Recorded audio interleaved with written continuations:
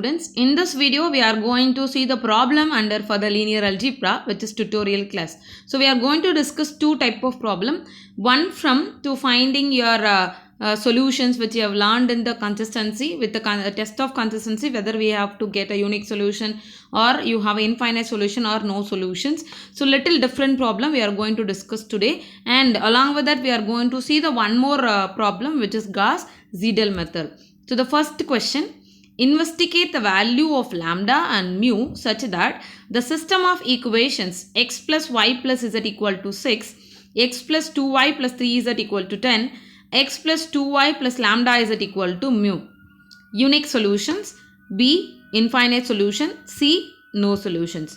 So before into the solutions, we'll shall clarify what we need to calculate from the question. So the question has been given the system of equation which has been expressed along with the unknown of x, y, z.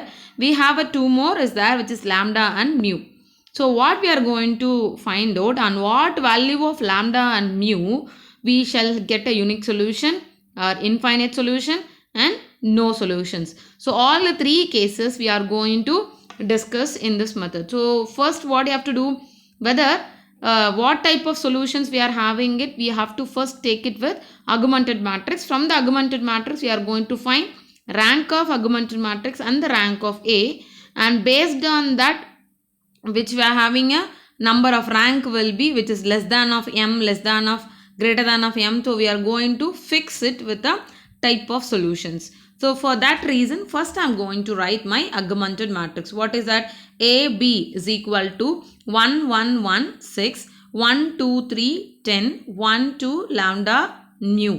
So which is given from the equation. Just I am written the coefficient matrix of A and the right side value of B has been written it. Okay. Now what you have to do, as usual, the first step, we are going to convert the second row first element and third row first element to 0 by using which row? We have to use in first row, isn't it? So first row you can write as it is 1, 1, 1, 6. And it's coming for second row. What is that? Just I have it 1. So R2 minus R1 I can able to get 0, isn't it? 1 minus 1, 0. 2 minus 1 I'll get 1. 3 minus 1 is 2. 10 minus 6 will be 4. The next one, what is that? Again it is only 1 is there. I can write it R3 implies old R3 minus R1. So what is that? What is a new R3 I'll get? 1 minus 1 will be 0. 2 minus 1 is 1. And lambda minus 1 is lambda minus 1 as it is, because we couldn't know the value of lambda. The next one, mu minus 6 as it is, mu minus 6. Now you can see that here in the third row, to convert 0 here, what it is there? I have it 1. So it is like R3, how it is the new R3 will be implies you are going to take it old R3, just what is it? Minus of, you are supposed to use your second row, right? R3 minus R2. So what will happen? 0, I'll get it 0 minus 0 will be 0. Then 1 minus 1 will be 0. Lambda minus 1 minus 2, isn't it? So you have here, what is that? Lambda minus 1 is there, and then I have it minus 2. It will become lambda minus 3. And the next one, you have already mu minus 6 is there, and minus of 4, I'll get mu minus 10. Okay. So this is the maximum level we have done it. Now we are going to analyze the solutions, right? So now you can see that I have it almost we have reached in the echelon form, and to find it, what is it? We have to test the consistency. So before into that, the question is asked for three type of solution. So as per the definition, what is your unique solution? The unique solution is nothing but, what is that? The rank of A and rank of B must be number of unknowns, right? So it is number of unknowns is here 3. So rank of A, rank of AB should be 3, means all the rows should be appeared, right? That means your lambda minus 3 should not be a 0 and mu minus 10 also should not be a 0. Then only I will get 3 non-zero rows, isn't it? So in that cases, the unique solution means we must have the condition rank of A is equal to rank of AB should be equal to 3. So if rank of A will be 3, lambda minus 3 is not equal to 0 since the other two entries in the last row of A are 0 because already you have these two 0, so this should not be equal to 0.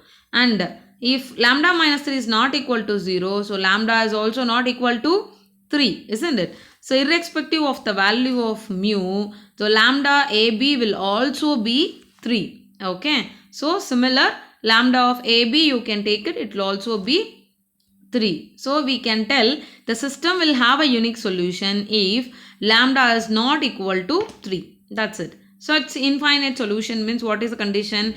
The rank must be less than of 3, isn't it? Because you have at n value here, that means the rank of A and rank of AB, which is equal to R, should be less than of 3. So less than of 3 means we must have a minimum rank should be 2, isn't it? Because we have in 3 row, the first row and second row are non-zero rows in the cases. Then must be, the last row must be a 0 rows. If it is 0 row, what is the condition? Here rank must be equal to 2. So it's possible only lambda minus 3 equal to 0 and mu minus 10 also should be equal to 0. In that cases, when lambda is equal to 3 and mu is equal to 10, the system will have a infinite solution. Clear? So next one, no solution. When it will be no solution, the rank of A will not be equal to rank of AB, isn't it? So both the rank, whenever it's not equal, then we can tell the system is inconsistent or we don't have a solutions. So for that reason, what we needed, either lambda rank of A must be 3 or rank of AB will be 3. So any one will be 3 and the other one will be 2. So any cases. So we are going to discuss the first case. The rank of A is equal to 3 if lambda is not equal to 3 and we have lambda is equal to 3. We obtain, what is that? Lambda is equal to 3 means we'll get the rank of A is equal to 2, isn't it? So here lambda is equal to 3 means it will go 0. The rank of A, only the A matrix, I can get the rank is 2. Okay. And what is that? You can go with the other cases also. You can tell if it is having this value will be 0, which is you having mu minus 10 is equal to 0 and this is also will be 0. We can conclude it will go for infinite solutions. So no solution is possible only with when A, rank of A is not equal to rank of AB. So that is possible. Rank of A must be equal to 2, rank of AB is equal to 3. Then you can tell it is for inconsistent, that means no solution. Okay. So that's all the 3 conditions we have discussed it. Now we'll go with the next question.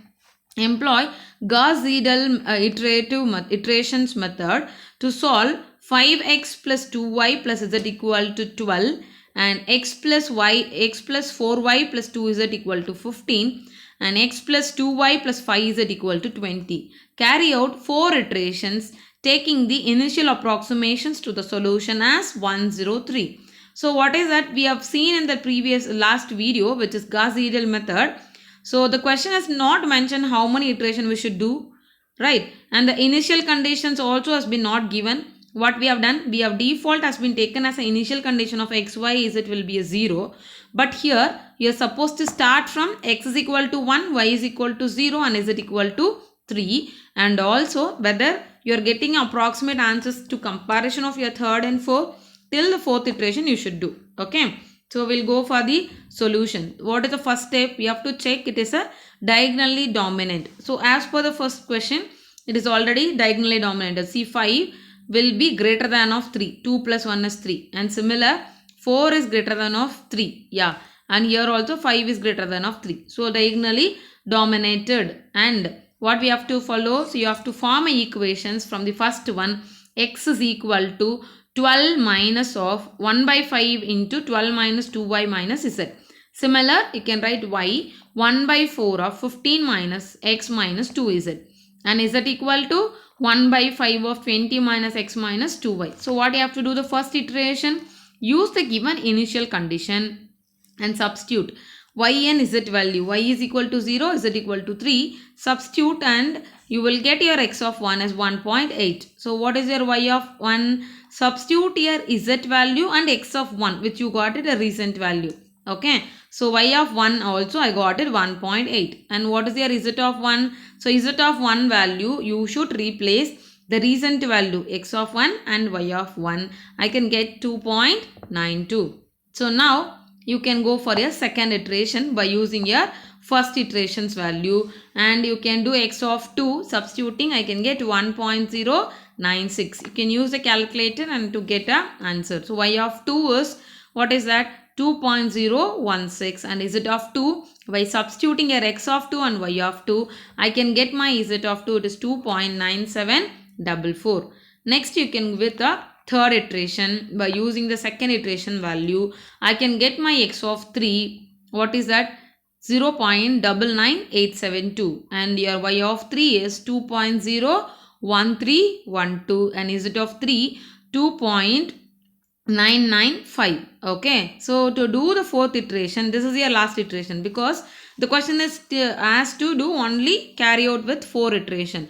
So fourth iteration you should use your third iteration value, so which you have in terms of y of 3 and z of 3. Substitute, you will get your x of 4 is 0.995752, and your y of 4 value you have to use x of 4 and z of 3, isn't it? I'll get 2.003562, and z of 4, substitute your x of 4 and y of 4, I'll get 2.9994248.